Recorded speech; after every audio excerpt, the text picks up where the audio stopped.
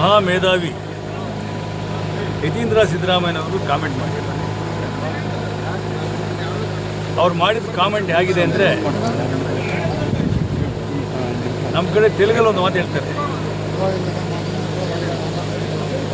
ನಕ್ಕೆಕ್ಕಡ ನಾಗಲೋಕಮೆಕ್ಕಡ ಅಂತ. ಅಂದರೆ ನರಿನೂ ನಾಗಲೋಕಕ್ಕೆ ಕಂಪೇರ್ ಮಾಡ್ತಾರೆ.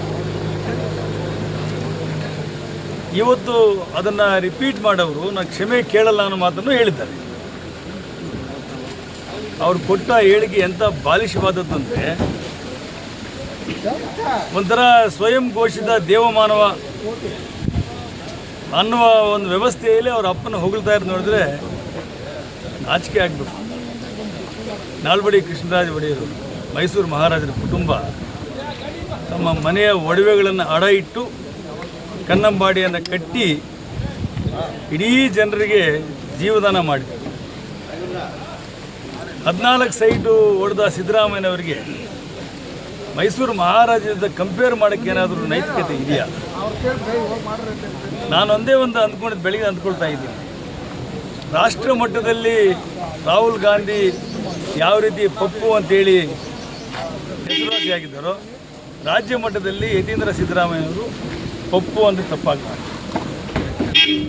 ನಾನು ಯತೀಂದ್ರ ಸಿದ್ದರಾಮಯ್ಯವ್ರಿಗೆ ಒಂದು ಮಾತು ಹೇಳಿಕ್ಕೆ ಇಷ್ಟಪಡ್ತೀನಿ. ನಿಮ್ಮಪ್ಪ ಇಷ್ಟು ಮೇಧಾವಿ, ಇಷ್ಟು ಬುದ್ಧಿವಂತ ಅಂತ ಹೇಳ್ತೀಯಲ್ಲಪ್ಪ, ಒಂದು ಮಾತು ಹೇಳಿ, ರಾಹುಲ್ ಗಾಂಧಿಗಿಂತ ನಮ್ಮಪ್ಪ ಬುದ್ಧಿವಂತ ಅಂತ ಹೇಳಕ್ಕೆ ಶಕ್ತಿ ಇದೆಯಾ? ನಿಮ್ಮ ತಾಕತ್ತಿದೆಯಾ?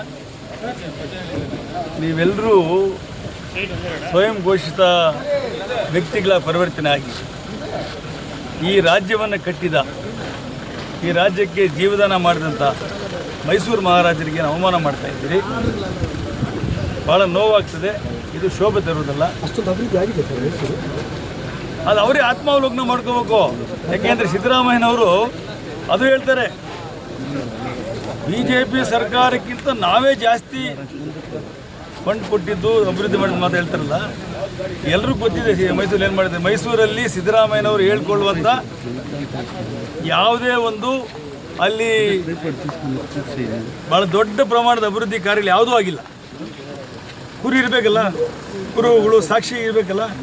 DK ಶಿವಕುಮಾರ್ ಯಾವಾಗ ಹೇಳ್ತಾರೆ, ಸಾಕ್ಷಿಯಾಗಿ ಬಿಟ್ಟು ಹೋಗ್ತೀವಿ, ಸಾಕ್ಷಿ ಪ್ರಜ್ಞೆ ನಮ್ಮನ್ನು ಕಾಡಬೇಕು ಯಾವಾಗಲೂ ಅಂತ ಹೇಳ್ತಾರಲ್ಲ. ಯಾವುದಾದ್ರೂ ಸಾಕ್ಷಿ ಗುಡ್ಡೆ ಇದೆಯಾ? ನೀರಿಗೆ ಅಣೆಕಟ್ಟು ಕಟ್ಟಿದ್ದಾರ? ಆಸ್ಪತ್ರೆ ಕಟ್ಟಿದ್ದಾರಾ? KR ಆಸ್ಪತ್ರೆಗೆ ಅವ್ರ ಕೈಲಿ ಇದ್ರಿಗೆ ಬಣ್ಣ ಹೊಡ್ಸೋಕ್ಕಾಗಲಿಲ್ಲ. ಪಾಪ ಮೊನ್ನೆ ಹೇಳ್ತಾ ಇದ್ರು ಯಾರು, H. ವಿಶ್ವನಾಥ್ ಅವರು, ಇವ್ರ ಮಗ ಅಪ್ಪ ಹೆಂಗೆ ಎಷ್ಟು ದುರಾಂಕಾರಿಗಳಂದರೆ ಇವರು ಹುಚ್ಚು ಮುಂಡೆವು ಅಂತ, HMಗಳು ಅಂತ ಹೇಳ್ತಾ ಇದ್ರು. ಹಾಗಾಗಿ ಏನಾದರೂ ಕಿಂಚಿತ್ತು ಮಾನ ಮರ್ಯಾದೆ ಗೌರವ ಇದ್ದರೆ ಯತೀಂದ್ರ ಸಿದ್ದರಾಮಯ್ಯನವರು ಮೈಸೂರು ಮಹಾರಾಜರ ಕುಟುಂಬದ ಕ್ಷಮೆಯನ್ನು ಕೇಳಿ ಅಂತ ಹೇಳಿಕ್ಕೆ ಇಷ್ಟಪಡ್ತಾರೆ. ಸರ್, ಡ್ಯಾಮೇಜ್ ಒಂದು ಮಾತು ಹೇಳ ಸರ್. ಮಹಾತ್ಮ ಗಾಂಧಿಯವ್ರನ್ನ ನಾವು ಅವಹೇಳನ ಮಾಡಿದರೆ ನಮ್ಮಷ್ಟಕ್ಕೆ ನಾವೇ, ನಮ್ಮ ಮುಖಕ್ಕೆ ನಾವೇ ಒಪ್ಕೊಳಕ್ಕಾಗ್ತದೆ.